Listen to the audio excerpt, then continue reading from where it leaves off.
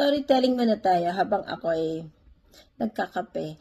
Kasi, ang sabihin ko lang, nung bago ako dito sa Canada, di ba tayo naman ay mga Pilipino, mahilig sa kanin, di ba? Kanin sa umaga, kanin sa tanghali, kanin sa gabi, di ba? Pero ngayon, nagbago na rin ako. Hindi na ako masyadong kumakain ng kanin. Once a day na lang. At saka yung breakfast ko ngayon, hindi na siya kanin, healthy na.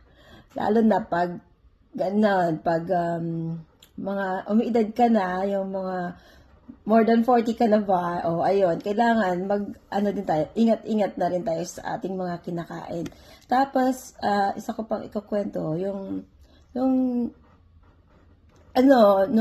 mga siguro 10 years ago na rin, hindi na rin kami white rice. Brown rice na ang kinakain namin. Pero nakakatulong talaga kasi healthy ba. So ngayon, ang breakfast ko, ito nga, papakita ko sa inyo. Dahil nagbago na rin ang aking breakfast. Paminsan-minsan lang kami kumakain ng kanin. Pero brunch na yon yung ganun.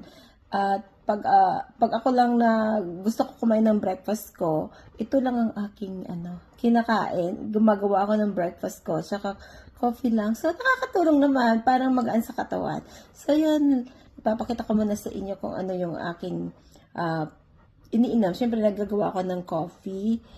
Black lang yan. Black coffee lang ang aking iniinom. Tapos, kuminsan naman, nilalagyan ko siya ng powder na cacao na parang dark chocolate. Tapos, gumagawa ako ng aking granola bar. So, ayan, no.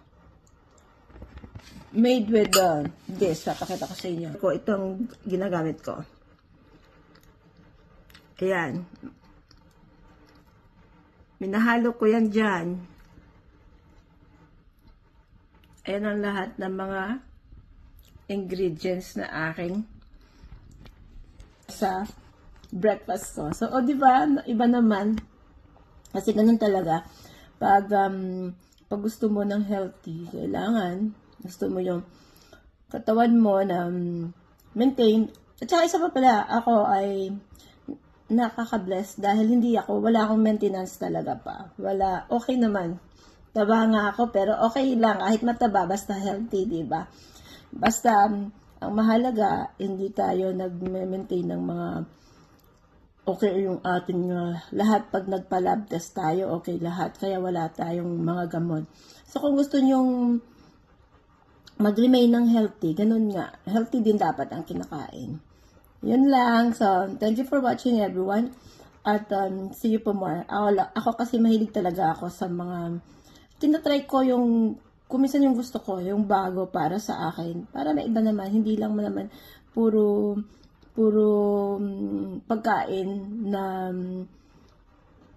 masarap talaga yon. Tsaka ako, naglulutong bahay ako pag gusto namin ng ulam. Nagluluto ako, di ba? Nakikita niyo naman, pinopost ko yung mga lutong bahay ko. So, pero usually breakfast, hindi.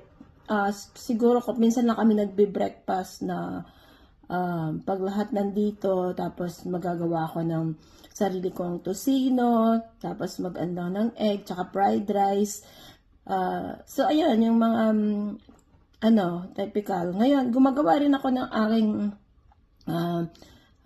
sariling tosino ko minsan. Pag may time ako, gusto ko yung pag gumagawa ko, dinadamihan ko, tapos pinoprosen ko, kagaya ng mga lumpia, yung mga ganun, pinoprosen ko rin yung iba pag gumagawa ko ng marami.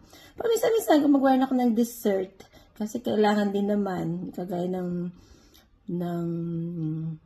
kasaba, leche flan, pero paminsan lang yon kasi kung minsan gusto rin naman ng mayroong masarap na dessert. So, ayun, kailangan balance lang ang ating life. So, di ba?